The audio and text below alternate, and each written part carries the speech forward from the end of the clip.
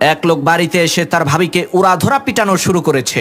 লোকটার পিটুনি খেয়ে তার ভাবি জোরে জোরে চিৎকার চেঁচামেচি শুরু করে দিল। এদিকে এলাকার সমস্ত লোকজন তাদের বাড়িতে চলে আসলো কি হয়েছে তা দেখার জন্য। তখন এলাকার মাতুব্বর সেই লোকটাকে জিজ্ঞেস করলো, কি ব্যাপার, তুমি তোমার ভাবিকে এইরকম ভাবে নির্যাতন করছো কেন? তখন সেই লোকটা বলল, মাতবর সাহেব আর বললেন না, আমার ভাবির চরিত্র মোটেও ভালো না। মাতবর বলল, আচ্ছা তাই নাকি? তো তোমার ভাবি কি এমন খারাপ কাজ করেছে যার কারণে তুমি তাকে এইরকম ভাবে পেটাচ্ছ?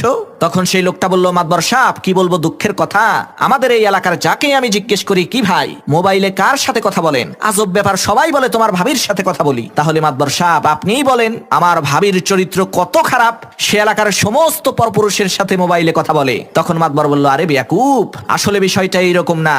আসল বিষয় হলো ওই লোকেরা তাদের নিজেদের স্ত্রীর সাথেই মোবাইলে কথা বলে। এলাকার লোকজন যেহেতু সম্পর্কে তোমার ভাই হয়, তাহলে তাদের স্ত্রীরা সবাই তো তোমার ভাবি হয়। এ কারণেই সবাই বলে তোমার ভাবির সাথে কথা বলছে। মাতুব্বরের এই কথা শুনে লোকটা